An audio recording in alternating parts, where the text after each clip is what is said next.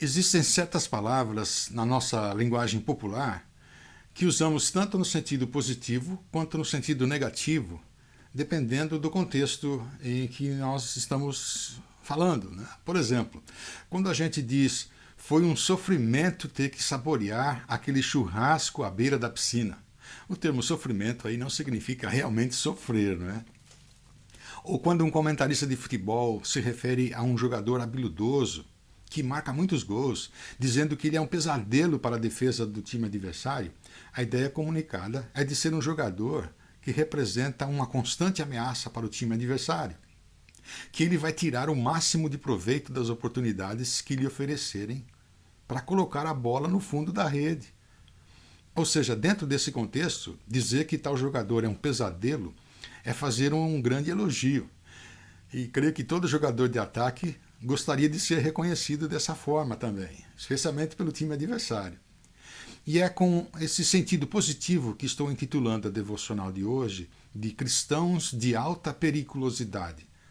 Eu quero focalizar a nossa atenção no tipo de pessoa que Deus quer que os seus filhos sejam, isto é, quero usar a expressão alta periculosidade para me referir aos cristãos que levam a sério as promessas e ensinamentos das Escrituras e que por isso são cristãos de alta periculosidade para o reino do adversário de Deus, para o reino das trevas. São cristãos cuja confiança em Deus é uma constante ameaça contra tudo o que se opõe às verdades da palavra de Deus.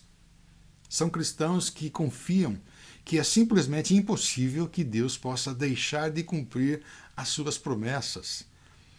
Eles confiam que Deus é soberano e capaz de usar ou orquestrar tudo o que acontece em suas vidas, seja lá o que for, de tal forma que venham a cooperar para o cumprimento dos desígnios eternos de Deus.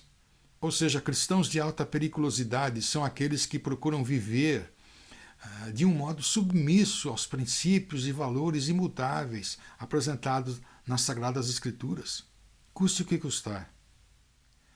São cristãos que procuram viver intencionalmente, se empenhando no exercício de hábitos e costumes que cooperam para o desenvolvimento, para o amadurecimento no discipulado de Jesus.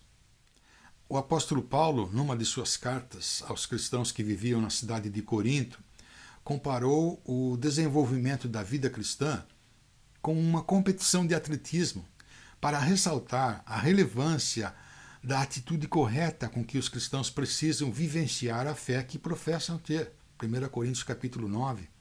Vocês não sabem que numa corrida todos competem, mas apenas um ganha o prêmio. Portanto, corram para vencer. Atletas que entram para uma competição sem o objetivo primário de alcançar a vitória são atletas que desistem facilmente. Qualquer imprevisto que acontece se torna razão suficiente para desistir. Eles não têm incentivo para dar o melhor de si. Assim como a maioria dos pais fazem, quando meus filhos eram pequenos, eu brincava de apostar corrida com eles, mas de um modo que no final eles ganhassem, ou de tal modo que eles pudessem chegar primeiro que eu, ou que não conseguissem, que eu não conseguisse alcançá-los, né? E é claro que como brincadeira infantil não há nada de errado em se fazer isso, mas para o crescimento e amadurecimento da vida cristã, o que a palavra de Deus nos ensina é que devemos correr para ganhar. Em outras palavras, precisamos dar o nosso melhor, ao invés de ficarmos satisfeitos com a ideia de simplesmente conseguir chegar até o final da corrida. Eu me lembro da vez em que eu estava conversando com um ex-piloto de Fórmula 1. Ele comentou a respeito de uma corrida em que um dos pilotos, por causa de um problema que estava acontecendo com o motor do carro dele, né, ele estava correndo simplesmente para conseguir chegar até o fim da corrida. Não queria desistir no meio do caminho. E de como aquilo representava um grande perigo para os demais pilotos participantes da competição, porque a lentidão do carro, que estava com um problema de motor, causava uma interrupção no fluxo de velocidade dos demais carros. Aquele piloto não conseguia entrar nas curvas com a velocidade adequada, fazendo com que os demais pilotos que vinham atrás tivessem que alterar a trajetória da curva. Assim como que forçando que o ponto de freada antes das curvas fosse alterado, etc. E de como isso poderia causar um acidente. Em casos assim, esse tipo de atleta se torna perigoso, no sentido literal da palavra. Ele coloca em risco não somente a vida dos demais pilotos, mas a sua própria vida. Agora, infelizmente, tem muitos cristãos que se contentam em correr a corrida da vida cristã simplesmente para conseguirem terminar a corrida. Né? É um modo de viver que ainda não experimentou a alegria dos benefícios garantidos pela eficácia do poder e da graça de Deus. A alegria de vencer obstáculos e alcançar vitórias. São cristãos que representam um perigo para a legitimidade do Evangelho de Jesus, porque o modo como vivem não manifesta evidências de que Deus está vivo e intervindo em suas vidas, trabalhando nas suas vidas. É muito comum, vez por outra, me encontrar com pessoas que, apesar de estarem bem familiarizadas com os ensinos bíblicos, de serem membros assíduos de uma igreja já há décadas, mas que são pessoas que aparentam estar, de certa forma, decepcionadas com Deus, ou pelo menos frustradas ou impacientes com a passividade ou até mesmo uma possível indiferença do cuidado de Deus por suas vidas. E ao observar o modo de viver dessas pessoas, eu fico me perguntando como que essa pessoa aguenta viver tanto tempo desse jeito, em cima do muro, né, para assim dizer, nem para lá e nem para cá. É muito triste, mas essa é a história de vida de muita gente que se considera cristã. Pessoas que usam Deus e a igreja como se fosse um tipo de amuleto ou talismã para espantar má sorte ou sofrimento. São pessoas cujo modo de viver desconhece o cuidado e a provisão da graça infinita de Deus. E por isso são um perigo para a causa do Evangelho de Jesus. São como luz que não brilha no meio da escuridão. São como o sal que perdeu a capacidade de salgar, ou seja, não são somente elas que deixam de desfrutar dos benefícios inclusos na promessa da salvação em Cristo Jesus, mas elas deixam de refletir e serem instrumentos de Deus, que Deus usa para se manifestar às outras pessoas. E nesse caso são um perigo para a causa do Evangelho. Mas é no sentido positivo da expressão alta periculosidade que eu quero focalizar a nossa atenção hoje. Quero falar a respeito do tipo de cristão que vive como um atleta que está intencionalmente correndo para alcançar a vitória. Cristãos que são de alta periculosidade a favor da causa do Evangelho. Cristãos que estão determinados a fazer diferença em todo lugar por onde passam.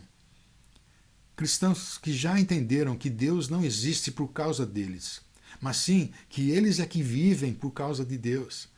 Cristãos que, quando estão falando com Deus em oração, não tratam Deus como se ele fosse um tipo de mágico ou gênio da lâmpada, ou então como se Deus estivesse totalmente desinformado sobre os acontecimentos e necessidades da nossa vida.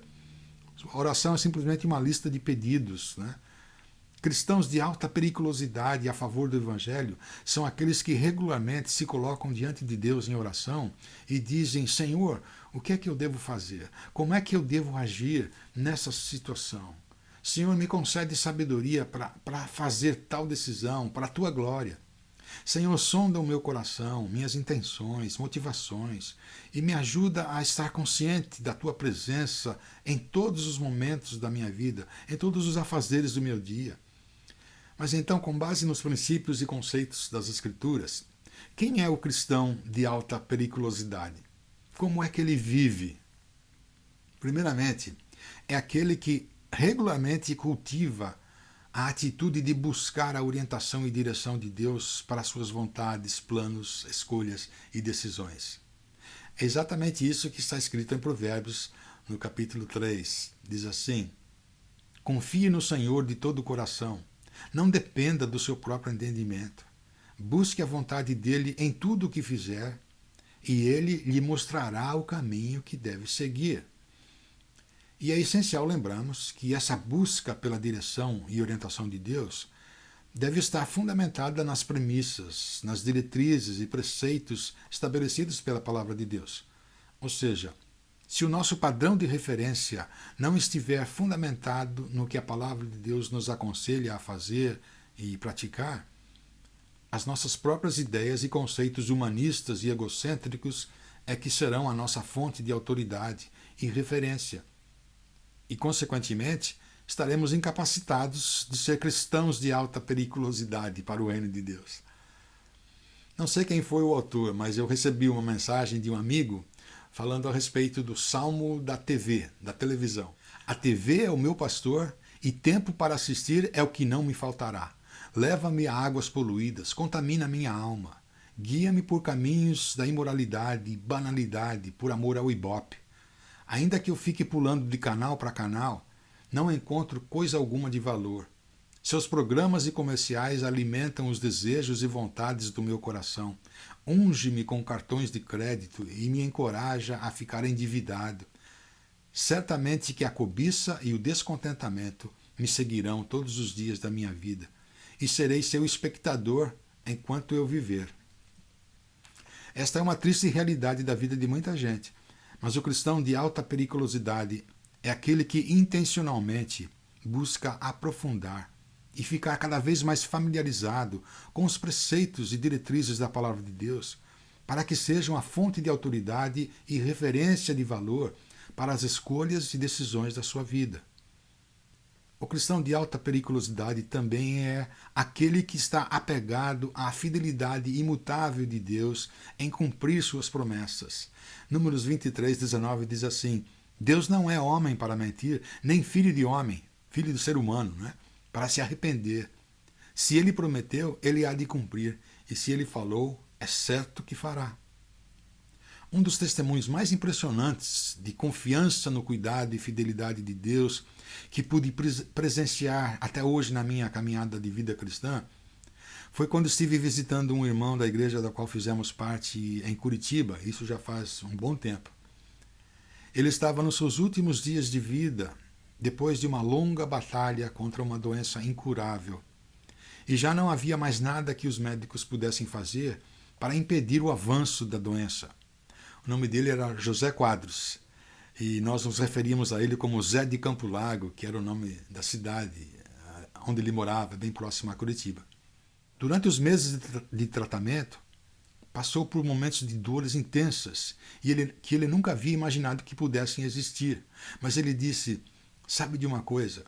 Eu tenho experimentado a veracidade da promessa de Isaías 40, que diz: os que esperam no Senhor têm as suas forças renovadas. E a paz e a confiança que Deus tem colocado no meu coração é algo incrível. E ele disse: eu nunca senti tanta paz, tanta fé em Deus como eu sinto hoje. Testemunho incrível. Quanto mais José falava, mais claro ficava na minha mente o fato que confiança em Deus e suas promessas não é simplesmente um exercício mental, intelectual. É um modo de viver a vida. E é esse modo de viver que nos torna cristãos de alta periculosidade a favor do reino de Deus. Mas o cristão perigoso tem mais características.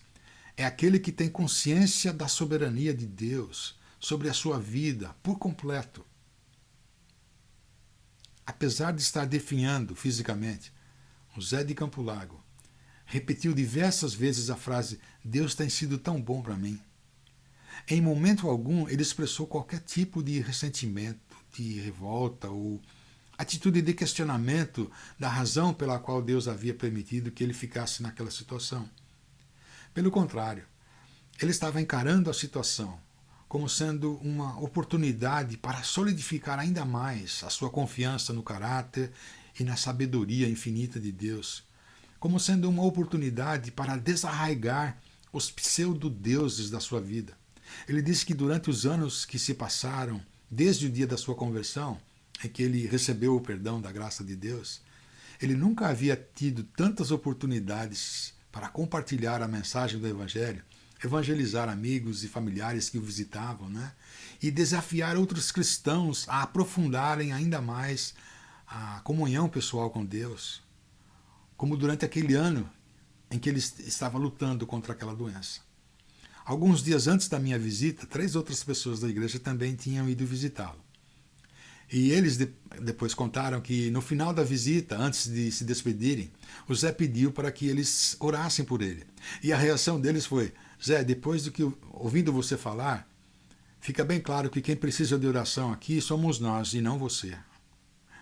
Nos momentos em que o Zé começava a ficar desanimado ou com muita dor, ele costumava repetir para si mesmo a declaração que Sadraque, Mesaque e Abdênego, diante do rei Nabucodonosor, né, que foram ameaçados de serem lançados na fornalha por terem desobedecido a ordem real para que se curvassem e adorassem uma estátua de ouro que havia sido erguida. Daniel capítulo 3, a declaração é: se o Senhor nosso Deus quiser nos livrar, Ele nos livrará. Querendo dizer com isso que não há poder algum no mundo que possa frustrar ou alterar tudo aquilo que a infinita sabedoria e desígnios eternos de Deus demandam. O Zé tinha plena convicção da sabedoria de Deus sobre tudo o que estava acontecendo na sua vida, inclusive aquela doença terminal. Mas um cristão de alta periculosidade também é aquele que está determinado a ser submisso aos propósitos de Deus. Em outras palavras, é o cristão que procura organizar a sua vida ao redor de atividades e de pessoas que possam contribuir para a edificação e fortalecimento do seu caráter cristão. É uma pessoa que está intencionalmente, resolutamente empenhada em crescer e aprofundar a sua vida de comunhão pessoal com Deus através do exercício de certos hábitos, como, por exemplo, o hábito de ler regularmente as Escrituras, para estar cada vez mais se familiarizando com o seu conteúdo. O hábito de participar de um grupo de cristãos que se reúne regularmente para compartilhar e servir de encorajamento mútuo. O hábito de cultivar amizade com pessoas que também levam Deus a sério e anseiam conhecer e praticar os preceitos das Escrituras, e assim poderem se alegrar com os que se alegram, chorar com os que choram, conforme a necessidade. O hábito de contribuir financeiramente, generosamente, para projetos missionários, para a necessidade de pessoas ao redor, como sendo uma maneira de se manter livre do apego e do amor ao dinheiro e bens materiais, como sendo uma expressão de gratidão a Deus e contentamento com a provisão de Deus para suas necessidades. E para terminar, o cristão de alta periculosidade é aquele que assume responsabilidade pessoal por sua vida de comunhão com Deus. Ou seja, não é dependente de outras pessoas para exercitar e aprofundar a sua comunhão pessoal com Deus. Isso significa que o tempo de infantilidade na sua fé cristã é limitado. E isso só acontece à medida em que passamos a colocar em prática hábitos devocionais, como de leitura e meditação das Escrituras, de passar tempo em comunhão pessoal com Deus, em oração, assim como o Senhor Jesus ensinou seus discípulos, Mateus capítulo 6. Quando você orar, vá para o seu quarto, feche a porta e ore a seu Pai Celeste, que vê em secreto. Então seu Pai, que vê em secreto, o recompensará. Esta é uma responsabilidade pessoal de aprofundamento de vida de comunhão com Deus. Esse é o foco da exortação do escritor da carta aos Hebreus, no capítulo 5, dizendo: embora a esta altura já devessem ser capazes de ensinar outras pessoas, vocês estão precisando de alguém que lhes ensine novamente os conceitos mais básicos da palavra de Deus. Ainda precisam de leite e não de alimento sólido. Quem se alimenta de leite ainda é criança e não sabe o que é justo. Mas o alimento sólido é para os adultos, que pela prática constante são capazes de discernir entre o certo e o errado. Uma palavra dura de exortação para cristãos que estavam vivendo uma vida cristã infantil, tomando mamadeira, comendo papinha. Mas cristãos de alta periculosidade em favor do reino de Deus, ao invés de se tornarem dependentes de outras pessoas, elas assumem responsabilidade do ritmo de crescimento e amadurecimento da vida de comunhão pessoal com Deus. Assim sendo, a pergunta que fica para eu e você respondermos é: será que estamos correndo a corrida da vida cristã intencionalmente para ganhar? Será que estamos sendo perigosos para a credibilidade do reino de Deus ou do reino do adversário da nossa fé? Em termos práticos, Quais são os hábitos devocionais que estamos cultivando para aprofundar ainda mais a nossa comunhão com Deus? Porque aquilo que nós semeamos é o que iremos colher, é um princípio bíblico. A promessa que Deus fez para o povo de Israel, na chamada Velha Aliança, continua válida para os que fazem parte do novo Israel de Deus, da nova aliança em Cristo. Os olhos do Senhor estão atentos sobre toda a terra para fortalecer aqueles cujo coração é inteiramente dedicado a Ele. O desafio da palavra de Deus é para que corramos a corrida da vida cristã para ganhar, para que assim possamos cada vez mais compreender a largura, o comprimento, a altura, a profundidade do amor de Cristo que excede todo conhecimento, para que sejamos preenchidos com toda a plenitude de vida e poder que vem do nosso Deus.